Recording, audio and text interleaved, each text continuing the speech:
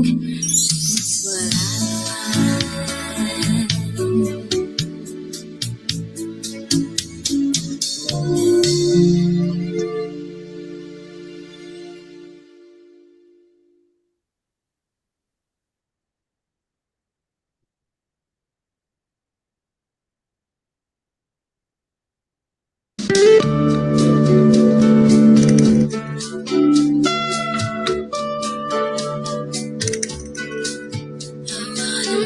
you smile whenever you're sad. Carry you around when your arthritis is bad. All I wanna do is grow old with you. I'll get your medicine when your tummy aches. Fill your fire after furnace breaks. So it could be so nice growing old with you. I miss you, kiss you, give you my coat when you are cold. I need you, feed you, even let you hold the remote control. So let me do the dishes in our kitchen sink. Put you to bed when you've had too much to drink. Oh, I could be the girl who grows old with you.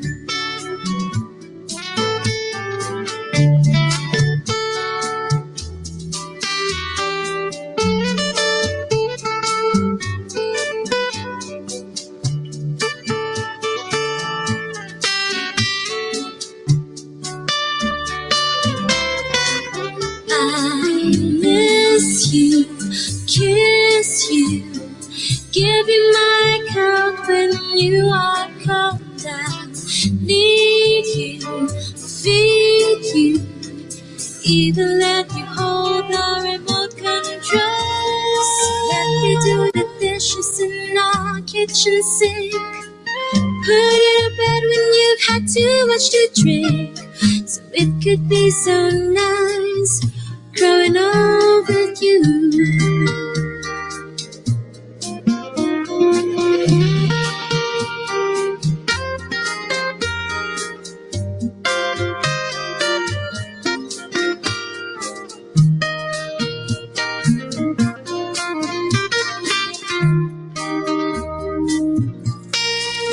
I wanna make you smile whenever you're sad.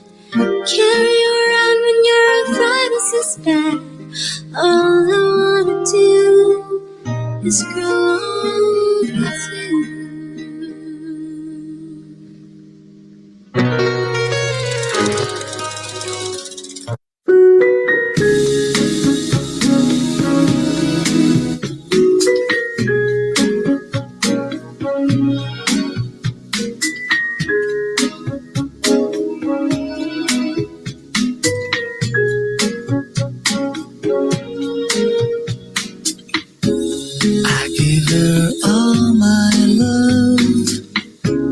That's all I do.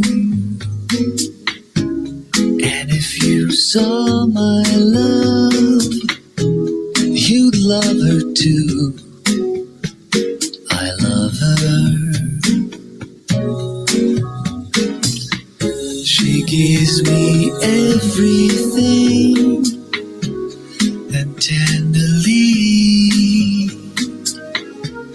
the kiss my lover brings, she brings to me, and I love her.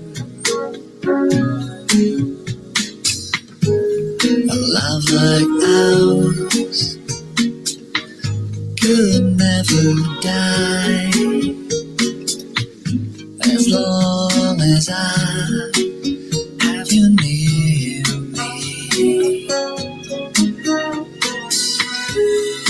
Bright are the stars that shine, dark is the sky. I know this love of mine will never die, and I love her.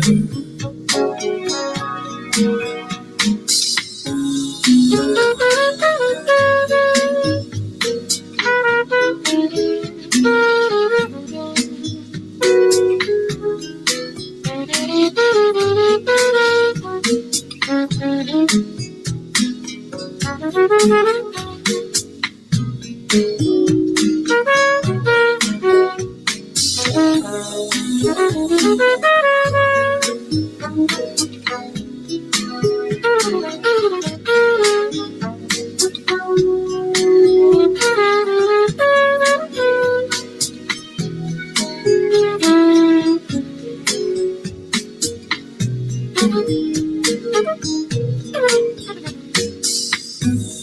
love like ours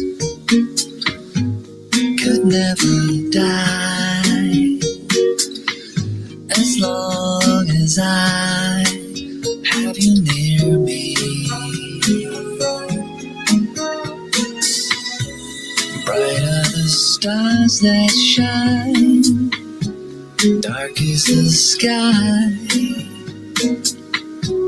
I know this love of mine will never.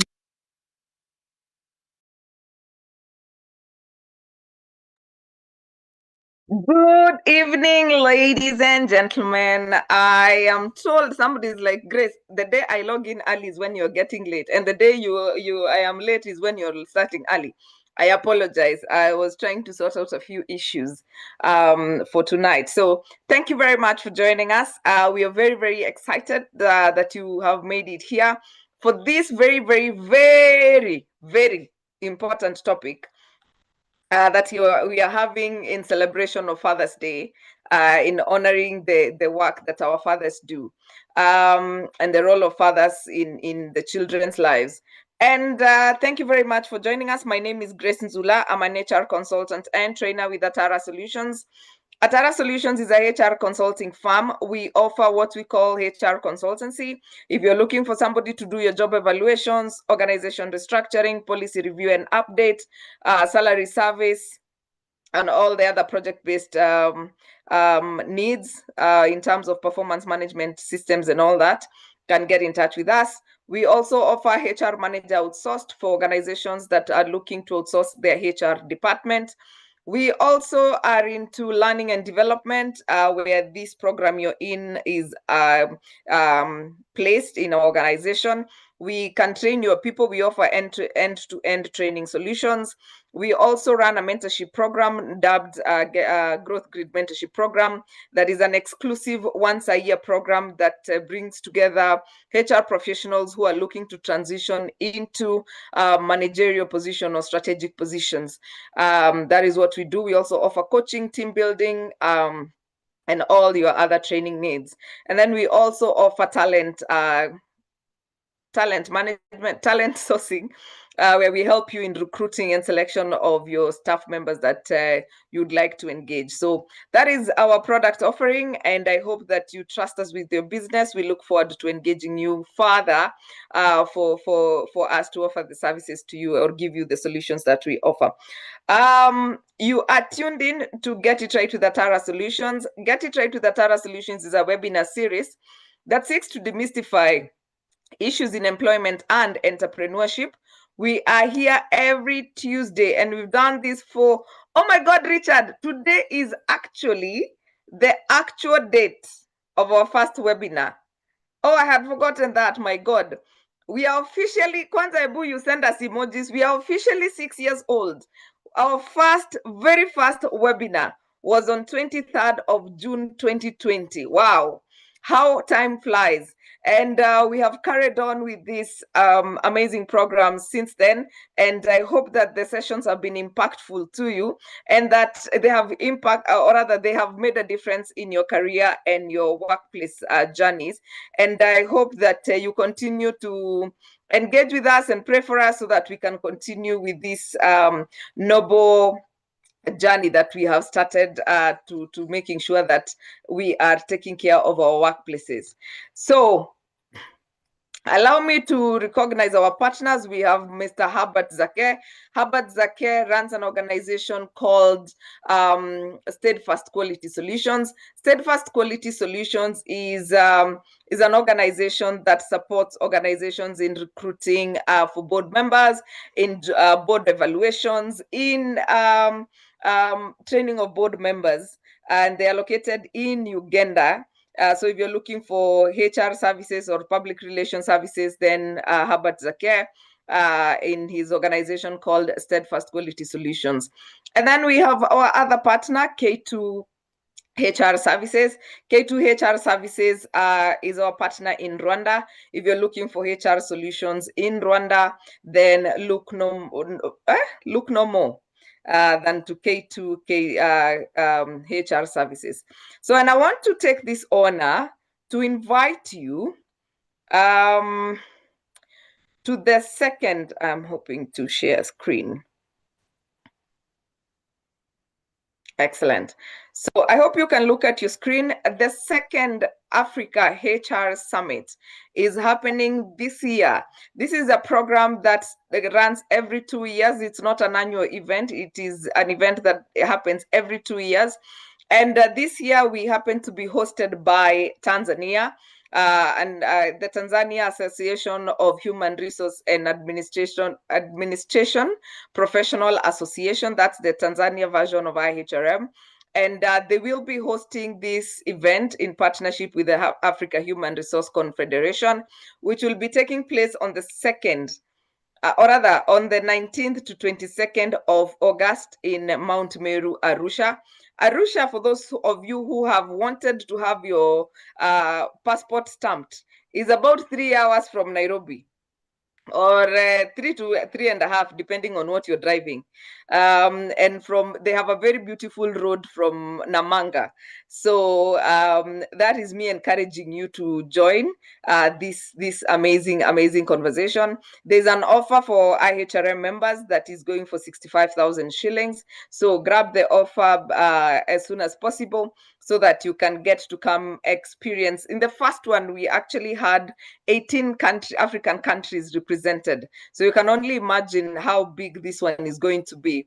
And it is right here on our doorstep in Arusha, which is like about an hour or an hour and a half from Namanga. So please make time to come and join us in down in Arusha. It's going to be an amazing experience. Quite a number of things that have been organized, including a tour. On 22nd is a day for tour where we are going to Tarangire Park. On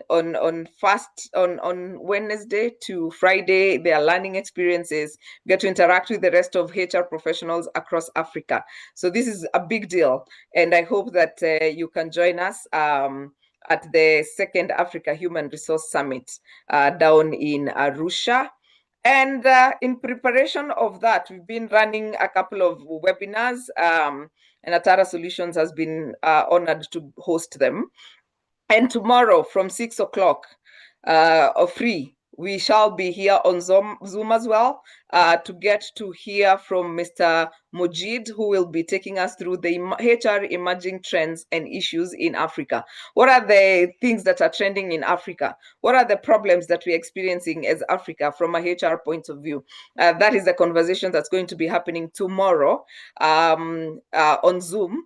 And you get to hear from the Vice President of the Africa Human Resource Confederation, taking us through the challenge, or rather the issues and trends for HR professionals across Africa, so that you can also be able to position yourself. You know, most of you are looking to have strategic conversations. They don't start in any other way. You have to be in the room where people are discussing what's happening in our country and what are rather in our continent, so that you have a global perspective, so that when you speak in your meetings, people wonder whether you live in Kenya or where do you live, because you're able to articulate issues. So do join us tomorrow from 6 o'clock. That is 6 o'clock East African time for this amazing session with the on behalf of TRAPA and the Africa HR Confederation. Now, today, I am being told that, Grace, you know, you are having a very important conversation when another important thing is happening. So, and I'm not about to remind you what is happening currently, but just let us know, what are some of the expectations for tonight that you have as we get our speaker to join in? What are your expectations for today? And you can also, as you say that, we want to invite Richard to say hello and introduce himself. Welcome, ladies and gentlemen, to this very wonderful and important discussion. My name is Richard J. Magoma. Richard J. Magoma is a trainer in public speaking, interview preparation, among many other services. I'm always very happy to be here on Tuesdays so that we can demystify business concept and professional concepts that will help you thrive so that you can live a very unapologetic life. We will be here to listen to our good friend to tell us how to become confident, or what is the role of the father in our lives. Over to you, Grace.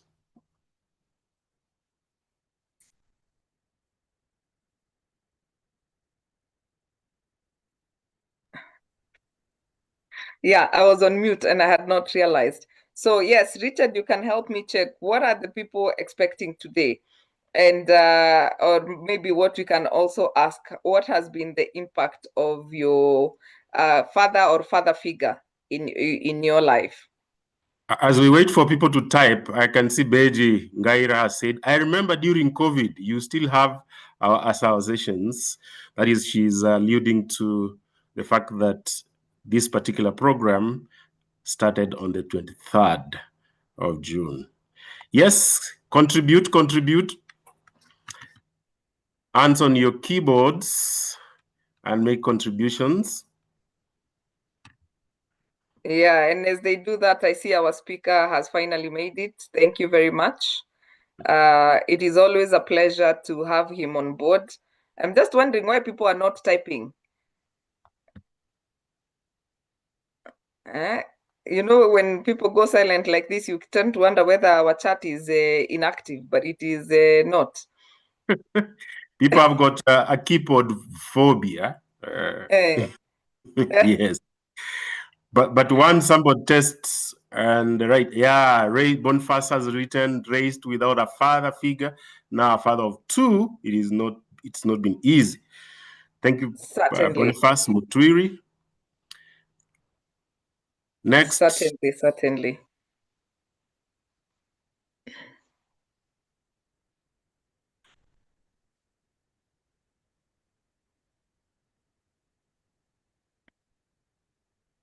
Yeah. So we can have Simon take over at this point. Okay, I think he's gonna be here. Okay, here he is. All right. Okay, the comments are coming, Richard. I lost my dad at a very young age, no father figure in my life. It feels lonely. That is Ngaira Beji. Who else? I can see somebody else just said something. Sophia. I'm expecting to improve on working about my responsibilities as a father and more so to rectify where I go wrong. All right. I think I see Bernard saying, my father is my hero and his guidance has kept me going. Looking forward to learn more on responsibility as an upcoming father. David says, raised with no both parents, very challenging. Charles says, being an effective father figure. Susan says, I lost my husband trying to help my 3 children to get over their father. Pole sana, Susan. That is a tough one. All right, so in the interest of time, allow us to just quickly move on. With us tonight is the gentleman who has sung the Boy Child song for a very long time. And I really admire the efforts he makes to make sure that families are staying balanced and everyone understands what their role is. I remember we had a men's hangout a while back, and some of the men who are my friends and they attended that conversation have improved as their fathers, like literally have become really good dads or intentional dads for that matter. And that is credit to you, Mr. Mbevi, for the amazing job that you are doing for the fathers and the men in this country. So Simon is the executive director at Transform Nations. I'm sure he needs no introduction. So in the interest of time, allow me to usher him in to take us through and celebrate fathers with us. Karibu sana, Simon. Thank you very much. Thank you, and apologies for coming in a little late. I always celebrate what you're doing in this place at Tara Solutions, and for helping people become better and manage others better. So anyway, I'm excited to be here. To all the fathers who are here, happy Father's Day. But let me not go ahead of myself. Again, I like this forum, and I think I need to be a more frequent participant, not just a guest. So let me just jump right into it because of time. Father's powerful influence and as unspoken hurt. That's what we're talking about. And here we're talking about us as fathers, those of you are fathers, our influence as well, and that we could hurt the next generation. But we're also all looking back to our fathers, whether they were there or not. That impacted us in one way or another. So every one of us has been fathered as long as we are here. But then the question is, what did that leave us at? Where did that leave us at? Is it positive or negative? How do we deal with it? That's briefly what we do, but you can check us out on all socials. But those are some of our programs. Man Enough, Intentional Dads and Moms. We also do Mothers of Sons. Happy Father's Day to everyone who qualifies here. And we celebrate the departed fathers. I celebrate my dad, who died when I was 8 years old and really left a legacy. I mean, I was left really longing I was left father hungry, but he left a name that I have celebrated and that has shaped me in many ways. We celebrate those of you involved fathers, like Richie here and many others, that you are involved and you're engaged, and we celebrate your contribution. It not only blesses your children, but blesses the community, and then potential fathers as well. I like that statement there that I wrote. I believe a father's presence is really like the first prophecy to his children from him. Because when you're there and you're engaged, the children hear that the future is going to be okay. You have a defender, you have someone who speaks for you. I'm here to stay. It's going to be okay. And I think when my father died in an accident, I asked myself many questions. I was wondering whether I'll ever get to college or whether I'll ever get to high school, what's going to happen to me. And the future just looked bleak. And recently I was dealing with a child whose father had left through divorce. And he was asking me hard questions, and he's only 9. He's asking, so now will my future be okay? I say, yeah, you also have your mom. But yeah, but my dad has gone, and he's just feeling destabilized. He doesn't know what hit him. And for me, it was my dad dying. This one is a father leaving home through divorce. But still, it was like, I don't know how the future is going to be. So that also begins as on the journey of the power of a father. This is what I call the manhood journey, of course, the developmental stages. There's one I left there by mistake, not by intention. No? But we begin as baby boys, and there we are dependent on others. We depend on others for everything. And I'm saying that because it's easy to carry some of these traits later into life. But I think you have met some not so old and not so young men. Of course, they are not part of this group, who depend on others for everything. They don't want to do anything for themselves. So they're behaving at that stage. And then you become a boy. You can do some things for yourself, and then others you have to be done for. But usually I say boys are very chaotic and curious. Chaotic and curious. Curious, they want to learn, they want to see, they want to know how life works. I remember one of the fathers who was telling me the son was so curious about who is talking in the TV, he broke it to see whether there's someone inside. That's too expensive curiosity. For me, my son did something less serious, just pushed a chapati inside the DVD player. Those of you are old enough, you remember the DVD player. So he pushed it inside, the entire thing got inside. So I had to come and try to remove it, but the DVD was broken. He's yet to pay for it. But when I asked him, what are you doing? He said, I was trying to see whether it can actually play like a DVD. Those are boys for you. And then you become a man and you begin to bring order into life. I usually say HDC defines that stage in its basic form. Honor, duty, and care. Honorable in terms of character, and then dutiful in terms of responsibility, and caring in terms of tenderness. And that begins to define you as a man, and then pretty soon you could become a husband. You acquire a title there, and then you acquire another title as a father, and you begin to raise up the next generation. But I really believe the highest title of a man is an elder. And an elder for me is someone who is taking care of problems he never created, raising people he never sired, taking care of community problems. Just like Kofi Annan came here and some other eminent persons after the post-election violence, and they helped us get together. And immediately, without him announcing himself, he acquired an elder status in Kenya. Matatu started having pictures of him on them. Because this is a person who has taken responsibility to deal with issues that did not concern him. So he acquired the title of an elder. I want to be an elder, Richie.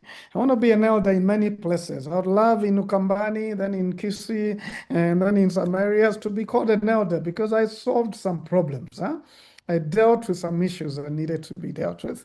And I believe that brings great honor. Father is one who has begotten a child, a male parent. That's a basic definition, which is just a function, giving seed. But then the verb is to accept or claim responsibility for, to care for. And I think that's where, that's where the rubber meets the road. It's when you have responsibility, you're responsible, you care for, and it's willful. You didn't have to be forced to take it. Like sometimes it's a court that tells us we must do this. But here you have taken up the responsibility and decided to do it. And I'm going to clear my throat a bit. But also in many languages, like in Kamba, the word now is for father, which means source or foundation. And in many other languages, you'll find these things come up for dad: source, foundation, initiator, sustainer, progenitor, who is like a building block of a generation. Really pretty potent names that they give fathers there. I would have discussed, if we had time, the challenges of modern fatherhood. But let me move on and state a few things. Everyone has a father story, as I said. It could be pleasant or not. And when it's not, of course, it affects you in certain ways. When it is, it also affects you positively. But we all tend to have, we all have a father story. Sometimes we have processed it, sometimes we have not. But a study we did a few years ago showed 72% of the respondents, those who were surveyed, said they were under these three categories: either unfathered, without a dad that they can say they have a relationship with or they know, or underfathered, very little fatherhood. It's like dad visits home and then leaves. In fact, that same study showed us an average father in Nairobi spends only 9 minutes with their family a day. Then, maybe we just found the wrong kind of people who are too busy, but that's what it showed. And there were a few hundred respondents, about 9 minutes with their family a day. The same study showed a mother spends 32 minutes with their family a day. Still not adequate, but way better, almost 4 times more. So some say they're just underfathered. They see very little fatherhood. And then others were misfathered. They just said, we don't like dad. He's violent. He's abusive. He's this and the other. So those three categories carried 72% of the respondents. That means only a few, the minority, said that they think they have a good relationship with their dad. Today I was giving a talk somewhere amongst about 100 men and asked them, how many of you would say you have had a good relationship with dad, that you really celebrate him? And I was surprised, out of 100, there were less than 10 hands that went up, which is indicative of a bigger problem. But we're not here just to discuss a problem. So the observation is there's a huge father hunger around us. We do mentorship for boys in schools. And a few weeks ago, I was mentoring fourth graders. And after the meeting, this boy came to me and said, hey, by the way, teacher, can I be calling you daddy? And I said, why? I said, because I've not found anyone to call daddy. I don't know who my daddy is. And I'd really love to call someone like you my daddy. And of course, I said, yes. And he said, okay, thanks, daddy. And then he gave me a hug and took off. Generally, there's just that father hunger. I had it myself. My father died. And every time I saw someone like Richie with beards like this, I thought of my dad. Actually, I thought of my dad, especially if they are now shorter and stout. I thought of my dad, and I just wanted to get closer to them to have a feeling that actually I'm okay. I'm close to my dad. So my music teacher played that role because he was short and stout and bearded. And I just decided now I love music because of him. And I became number one in music. And he did what I thought he would do because I wanted to catch his attention. He called me to the front, celebrated me, and gave me a hug. And yeah, that sent me crying for 2 hours. Very, very, very touched by it because I felt like a reconnection with my daddy was not there. But there's that huge father hunger. Fatherhood has changed, of course, a lot. There's baby daddy, there's a stepdad, and sometimes we don't know what to call them because if there are 2 or 3 divorces, then now you have several stepdads. And it can get confusing, but it's a reality of the changes that have happened. The breakdown of a village. We used to have Baba Mdogo, Baba Mkubwa. So if your daddy wasn't there, there were other fathers. But that's no longer the case these days. Globalization and work patterns have also further removed the presence of dad at home. And generally, fathers tend to be less engaged with children as compared to mothers, just like the stat I shared with you showed. Here is a summary of the power of a father before I talk about the functions, but giving identity. I mean, my name is Simon Bevi, but Bevi is my dad, and culturally, psychologically, gives me identity.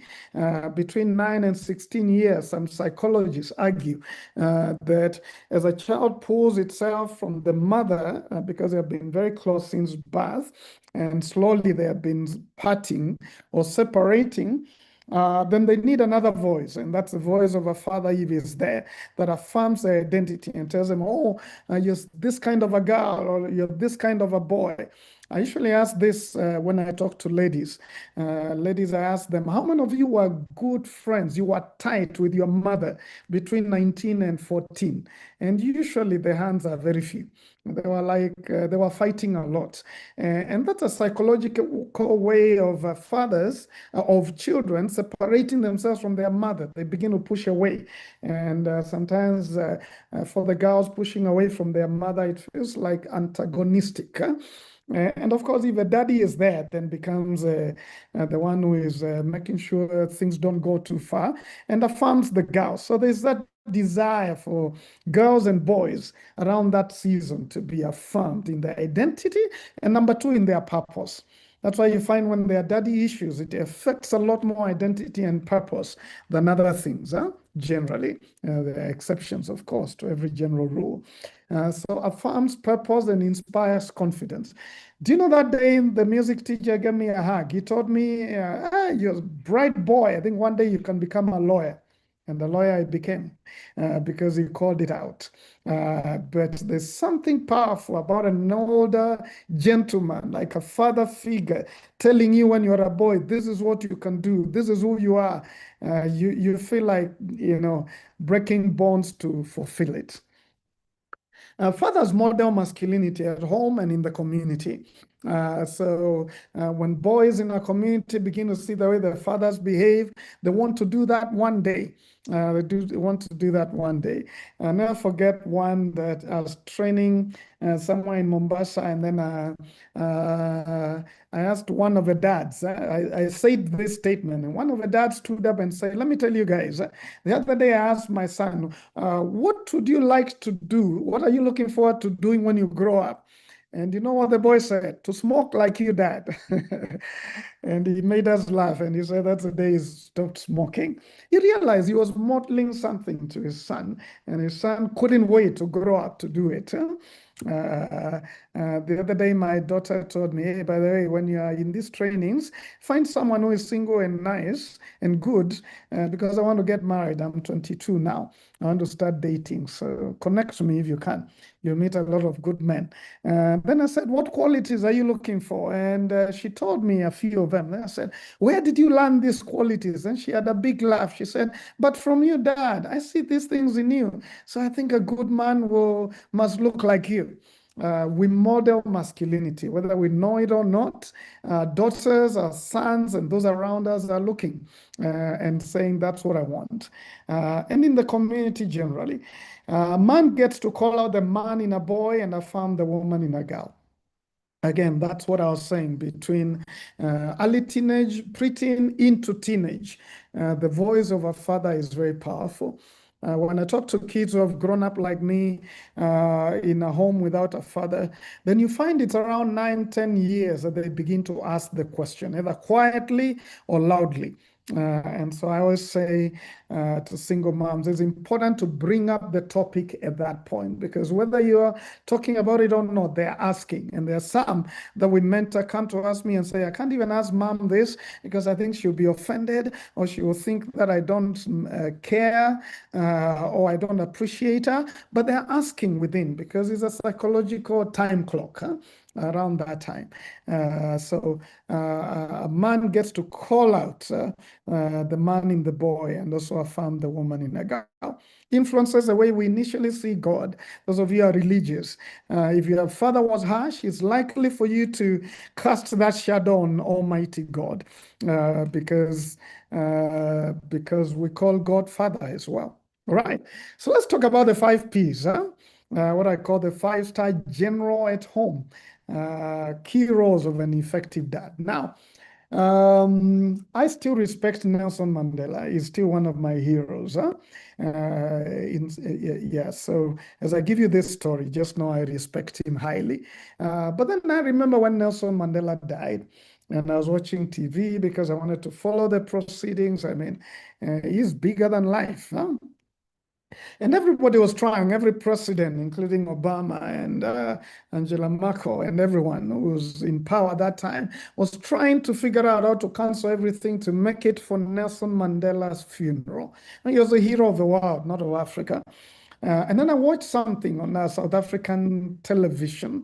That means this guy must have been saying the truth. Otherwise, you don't say that in South African TV after Mandela died. So anyway, this guy was being interviewed. I think he's one of the sons of Nelson Mandela. And he was asked by the journalist, I'll never forget that moment. The entire world is, celebrating your dad. What do you say about that?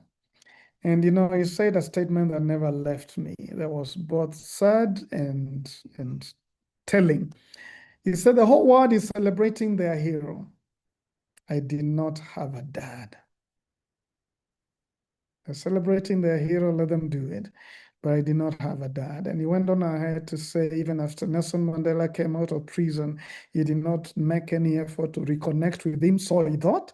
And he said a few things. But he said, "I still celebrate him as a hero of the world, but I don't as my father," in that way. And of course, the interview was shorter than it should have been because of the statement. But I remember I took a pen, Richie, and I wrote this statement. That a true hero should not only be celebrated in the world, I think he should be made first at home and celebrated at home, and then celebrated by the world. And I made a statement, I really wanted to be a hero in my house. And it's the hardest thing because there are people know you at your best and at your worst. But if I can become a hero at home, then and I'm celebrated at home, then the rest of the world is just affirming who I am. Not to take away anything from Nelson Mandela, is just a story I wanted to tell you. All right, so 5 roles of a 5-star general at home. The greatest present a father can give to his children is his presence.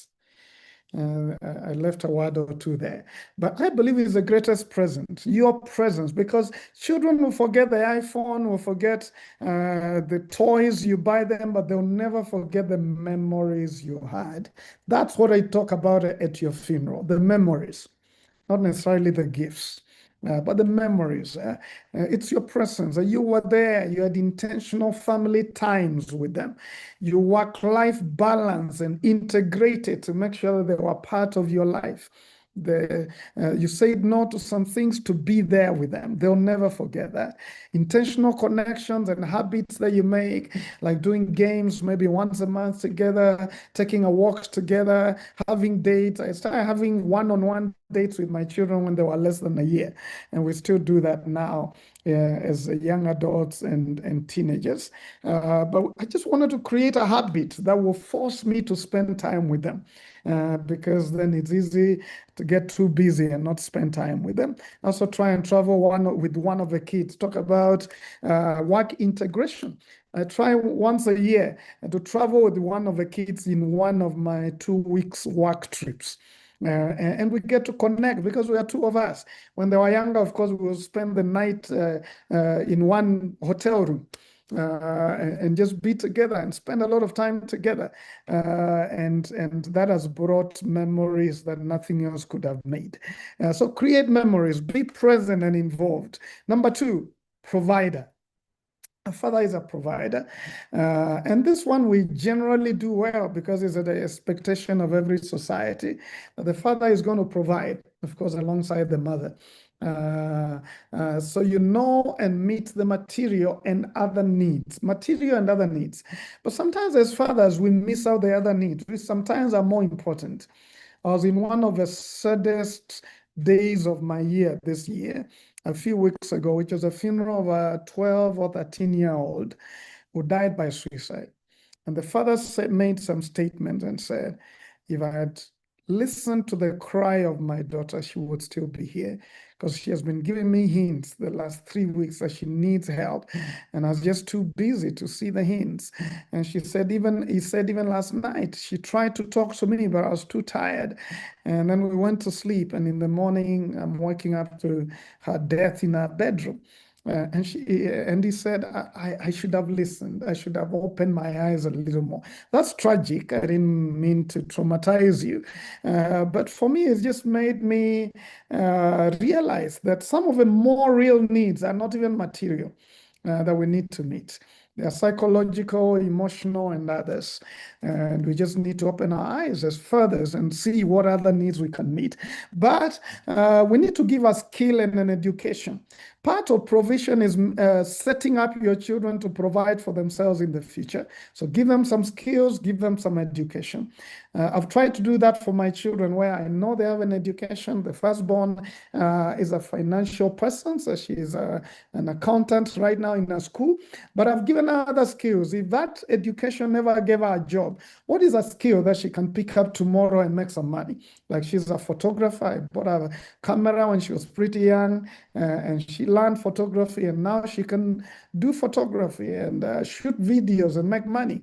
But also she loves language, so I've sponsored her to learn different languages, so that's a skill she can use if there was no job because of her education. So my son is doing law, but he's also learning plumbing skills, so he can be a plumber and block a sink and get 2,000 quick and go and eat chips or support ourselves. So himself, skill and education, setting up your children to provide for themselves in the future. So that's number 2, provider. Number 3 is protector. Moral protection, making sure you know who is hanging out with your children. What are they learning out there? Physical safety. One day, Rich, here, I watched in horror an entire family, mother and 3 children, who died in a fire in their house in one of the slums. But the father was away, so he comes back to family is gone. And then I asked myself, actually, if that fire had broken out in my house, have I taught my children how to deal with fire as they are protected? Have I given them the skills? We didn't even have a fire blanket at that point in our home. So I had to go and learn from Red Cross some things and then come and teach the family, buy a fire blanket and share a few things. Physical safety, basic, but sometimes we don't think about it. Social protection as well. And the biggest one is digital safety today. Digital safety.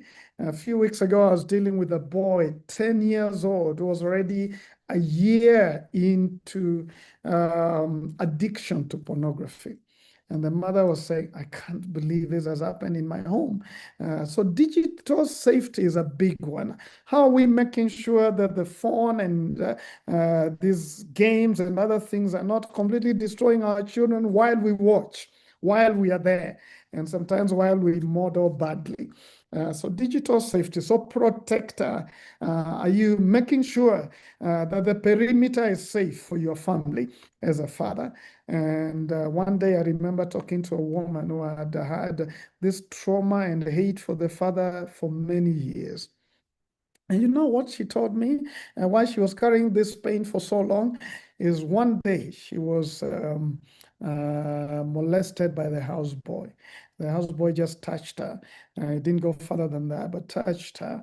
And then she went and told the dad, and the dad did not do anything. Did not talk about it, did not bring it up, just kept quiet. And this woman felt betrayed and unprotected and unsafe in the world for like 30 years until we talked. Protection is important for a child. Number 4 is priest. Are you still with me? I'm trying to finish up quickly before time is up. But the other one is priest. Fathers are like priests. So number 1 is present, easiest, but the hardest at the same time. Number 2 is provider. Providing, but providing beyond just paying school fees. Then number 3 is protector. Number 4 is priest. You are like a teacher and a trainer on attitudes and character and values and modeling faith. You do that very well. I don't know, Richie, whether you have found this. In many funerals of grandmas and mothers, they say, oh, mom used to pray a lot, used to teach me this. Rarely do I hear people say, oh, grandpa used to pray a lot and take me to church and do this. And I think the story needs to be changed. Maybe they don't talk about it, or maybe it's not there. But I am trying to see that my children can say that they found me going to church or reading the Bible or teaching them values, values that they would say. I wrote a book recently about the 10 lessons I learned from my mother. She's now 93. It was a dedication to her. I said, let me write down what I'll say in my funeral, and then I read it for her to celebrate her life. I hope my children can be able to say, these are the 12 things I learned consistently from my father, and he modeled it. Then it can go to several generations, so that long after I'm gone, my influence is still going because of what I taught, the priest I was to my family, that you would be one who teaches values. Proverbs 22:6, those of you who are religious, says, train up a child in the way they should go, and they will not forget it. They will not forget it. Even when they walk away from it, there will be an internal parent inside of them saying, hearing the voice of a dad or mom telling them, don't do this. This will destroy you. Get away from this. Things like that. So priest. Number 5, and lastly, prophet. So prophets are cheering on with motivation, correcting and warning about the future if you take the wrong route, blessing with words and touch, pointing to the future, affirming, telling your children they are smart, they can do this, not the kind of prophet some of us had growing up. Wewe bure kabisa, you're ugly, you can't do this. You know, those are negative prophecies that unfortunately we carry them very seriously. I remember talking to a 48-year-old lady. For context, I was with my wife and telling her, "Oh, you're very beautiful. I like your hair." After what we had talked. And then she looked at me and she said, "Actually, that's why I'm not married.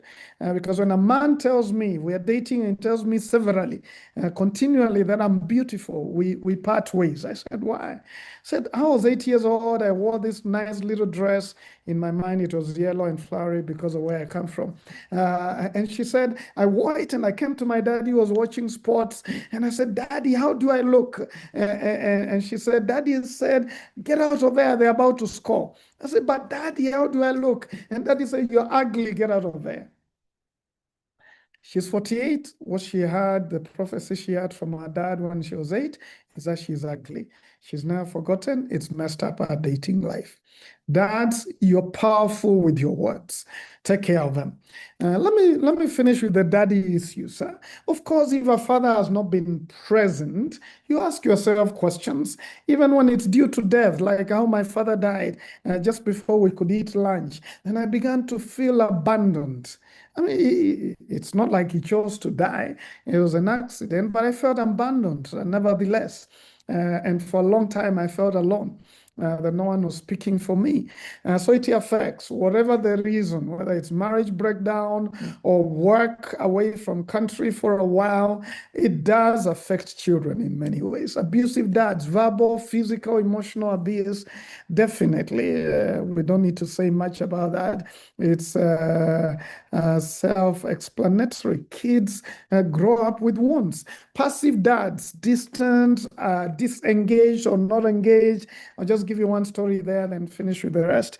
I remember talking to a child, a young man who was in Form 1. And I was asked to talk to him because he was found with drugs, marijuana on his desk. And he had been sent home. He was a good boy before that.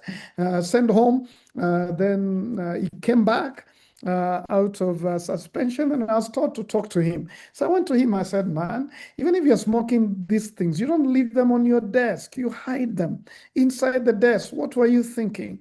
He said, "No, I wanted to be sent home." I said, "What do you mean, sent home?" "Yeah, because my daddy is not involved in my life. He's there, but he never asked me about school. He never asked how I formed. Only mom does." So I said, "Let me do something really stupid to get dad's attention to see whether he really cares about me."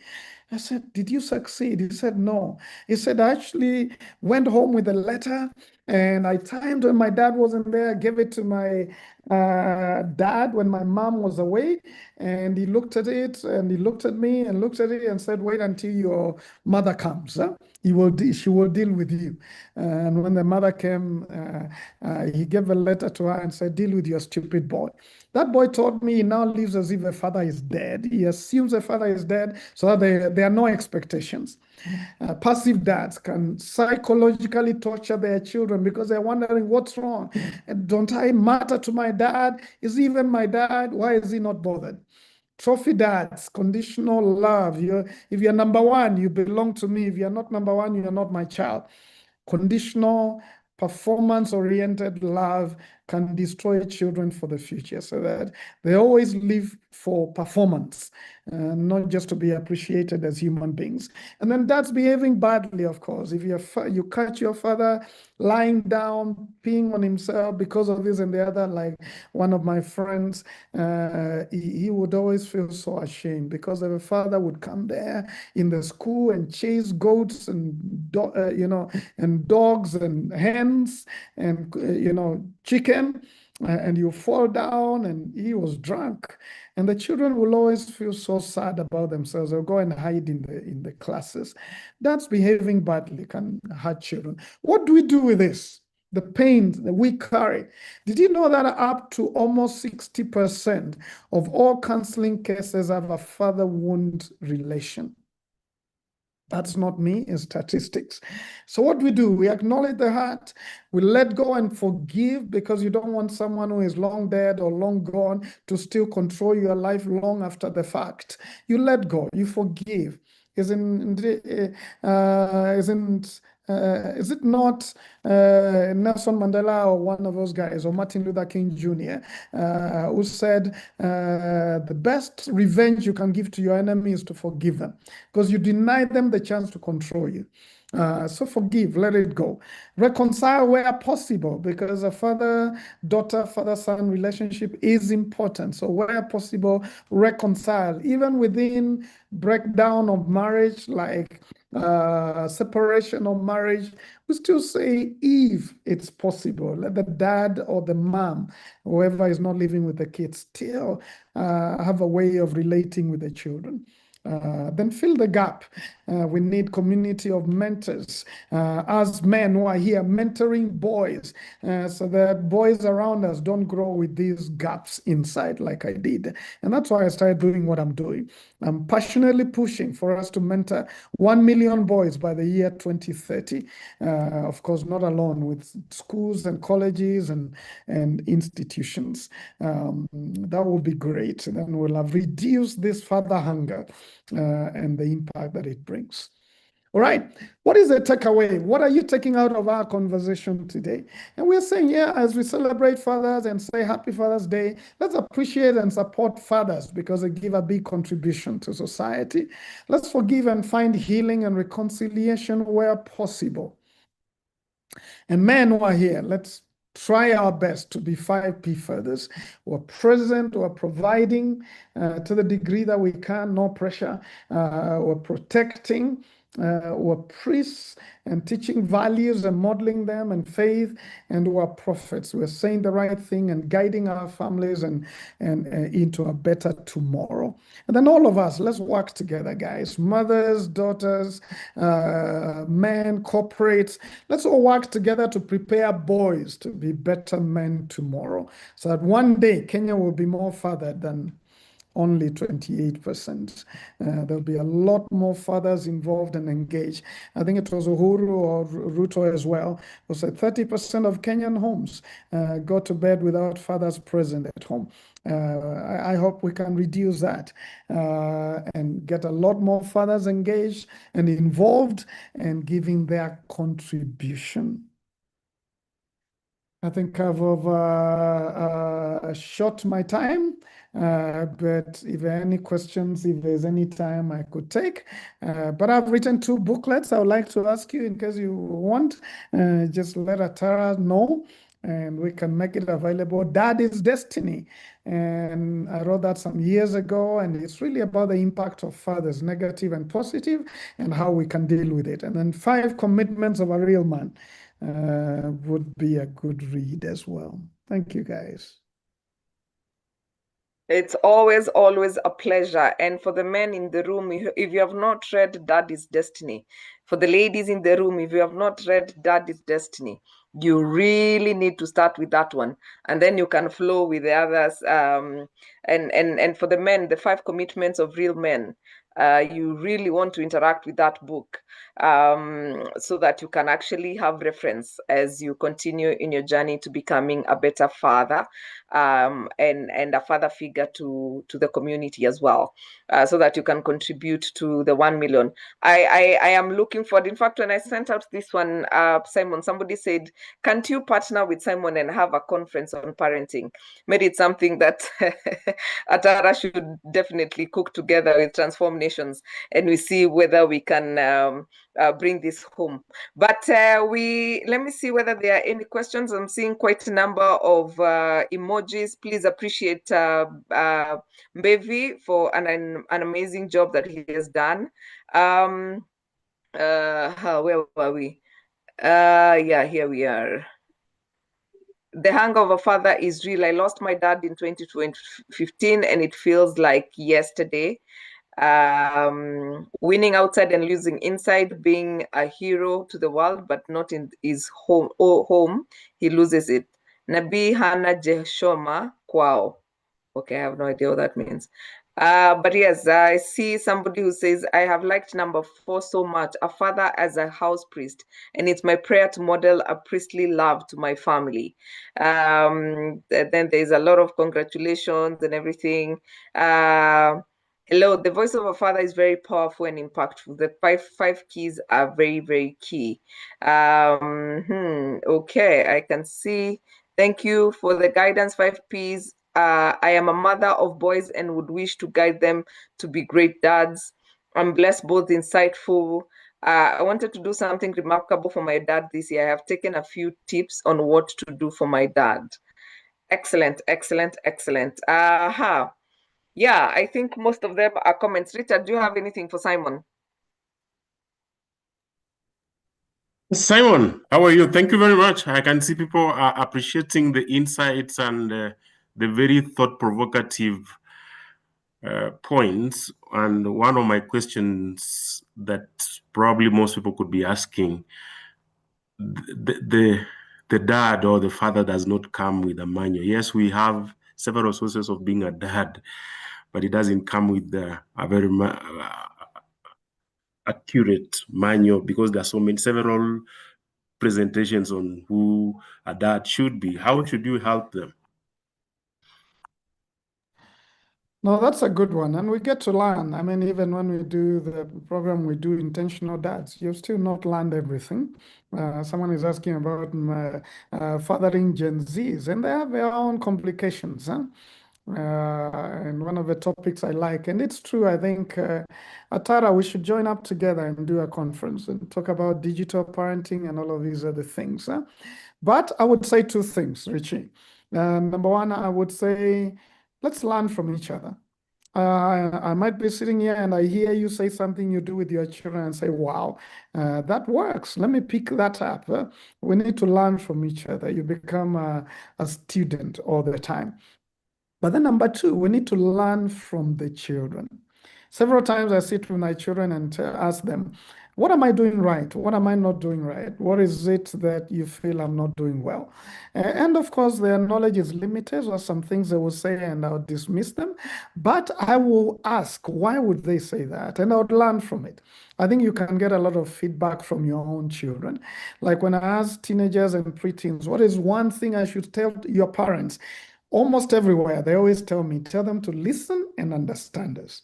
And now I've learned to do that a lot more, not to assume I know what my child needs, even though I know the principles, but listen to them and hear not only what they are saying, but what they are not saying. And the children can teach you a lot how to parent them better, because even them, they want to be parented. They'll resist sometimes, but they also have an opinion. So maybe those are the 2 things I would say. Very good. And the other question is, the dads are seen to be very tough, and that toughness or discipline creates distance.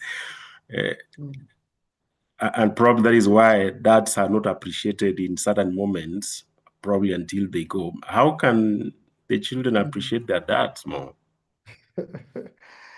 Well, part of it is us learning correction is not punishment. Huh?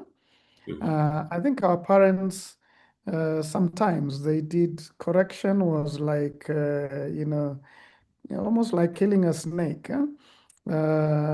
Some of our parents, when they told you I can kill you, you actually believed it, because of the way they dealt with us. But when we realize correction is different, the focus is a child, not you. I think some of the times we correct our children, we discipline them out of our anger. That's why we say correction, never do it when you're angry. Cool off and then do it, because it's about the child, not about you. So I think if we can understand that aspect, I can be tough but very friendly, because it's not about threatening you, it's about correcting you. And I'm doing it, it's tough love. But it's clear that I love you. I'm not doing it because I'm angry, I'm doing it because it's good for you. Then the results are different eventually. But also, I mean, it's easy to look like the bad cop. But when there's a relationship, then the correction doesn't destroy it. In fact, many times it enhances it. During this Father's Day, my children were appreciating me, and two of them, they said, "Dad, thank you very much for correcting us. Sometimes we don't like it, but it's because we know you love us." So I'm happy that they said it and that they appreciate it. So I think to say, let's do it in the right way, but also let's realize, besides just being friends with the children, we are their parents. So you've got to be firm. Whether they like you or not, one day they'll be happy that you are firm. I think we have gone into this very permissive parenting that everything the child wants, they get it. The other day, I went to a high school and I could hardly talk to the kids. Everybody is talking, and the principal is introducing me, and they are talking when he's talking. I said, I can't do this. So when I got the mic, and I'm sort of soft spoken, as you can tell, I just say it with my soft voice. If you guys don't want to listen, you should walk out. So that I remain with those who want to listen. I came from far to talk to you, not to compete with you in talking. And so I kept quiet and said, I give you 2 minutes. If you want to walk out, walk out. Those who want to listen, listen. And nobody walked out. So I said, okay, if I see you talking and you didn't walk out, I'll ask the principal to escort you away so that I can remain with those who want to hear. Do you know I talked for 40 minutes without anyone talking? And the principal was asking me, how did you achieve that? I said, well, you just need to be firm. There's a difference between permissive parenting and assertive parenting. That we are friends, but I'm going to make sure that you realize the authority I have is not against you. It's for you. So I'll apply it. And I was trying to apply it as a mentor there. So I think we need to be firm, whether they like it or not, because that's how we prepare them for the future, and they'll not terrorize everyone in the nation. But we still need to create a relationship as well. Over to you, Grace.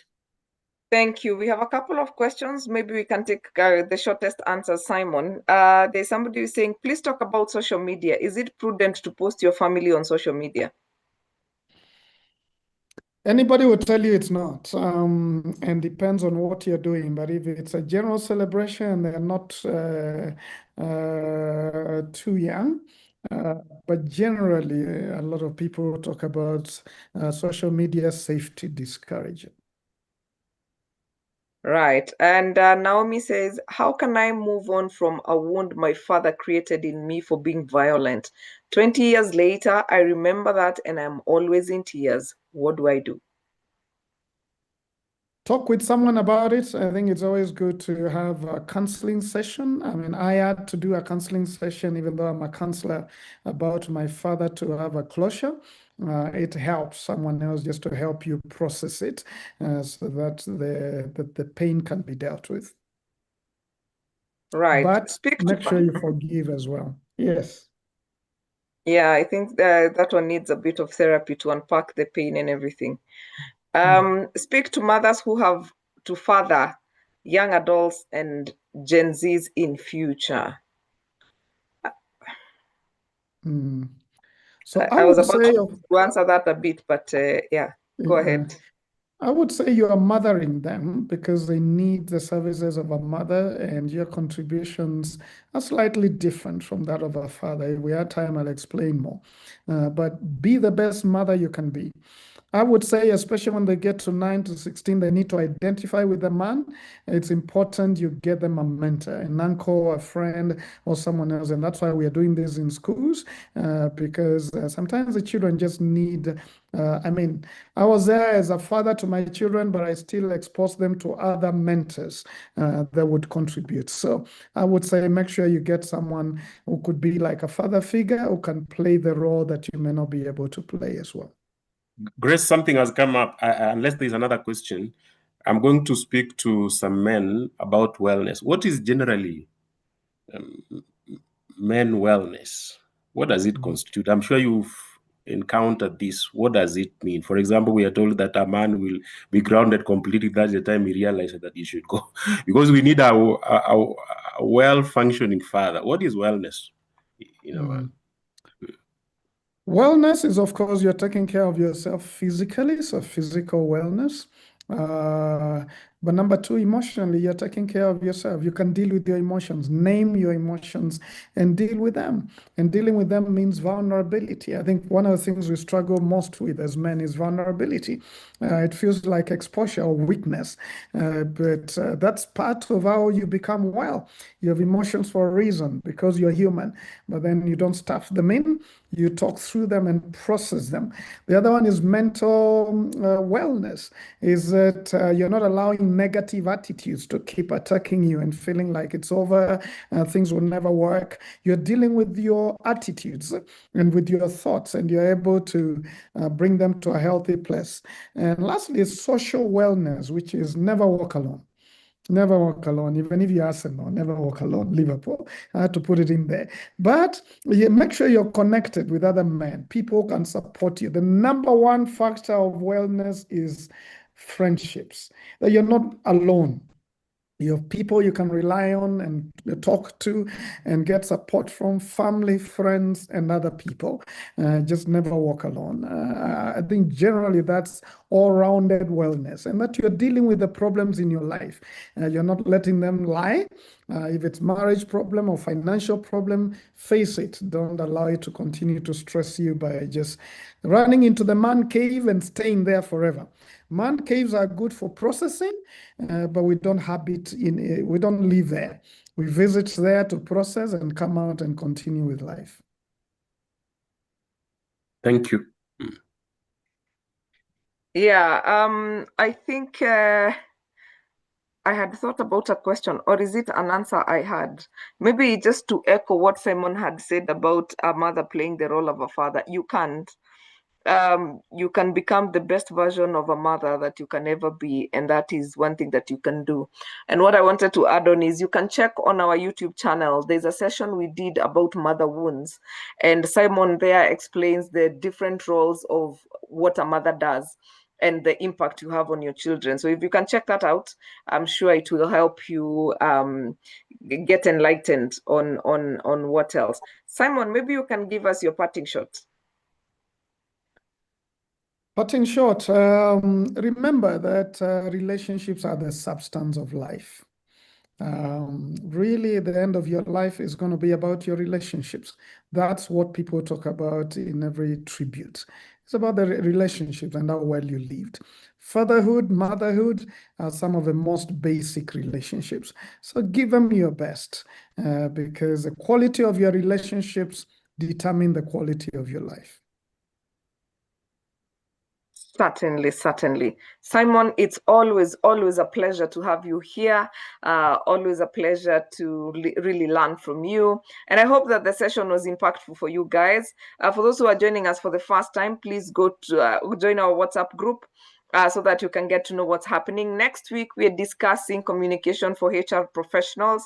You will have that. We have some amazing lineup of speakers coming up in the next sessions. So we look forward to hosting you as we fight the cold in Nairobi. For those in Nairobi, Kampala, good evening. I have seen a few Ugandans on the call. Thank you very much for joining us. And thank you for also making it the time. I know some people are like, Grace, please share the recording because I'm busy watching the World Cup. So for the 148 people who joined us, we really appreciate. Thank you so much for making the time. And I hope that in your institutions and in your areas of influence, you can preach the gospel of the 5 Ps for your people. So thank you very much for being here. And please follow us on Instagram at Ara Solutions, like our Facebook page at Ara Solutions, connect with us on LinkedIn at Ara Solutions, and subscribe to our YouTube channel, Get It Right with at Ara Solutions. That is where we are going to upload this recording. If you want to learn more about the parenting, I think we've hosted Simon like 3 times. So please go to our YouTube channel. There's a lot of content there, and especially the recent one we did for mothers, or the unspoken heart of a mother, or rather mother wound. So you can subscribe to our YouTube channel, and that will be there. So thank you very much, guys, for being here. And I hope that this session has made a difference for you. See you next Tuesday, same time, same place, as we tackle yet another issue that affects employers and employees. See you then. Have a lovely night. Good night. Good night. Good night. Good night. Good night. Good night. See you on Tuesday. Good night, good night, good night, good night, Gorin.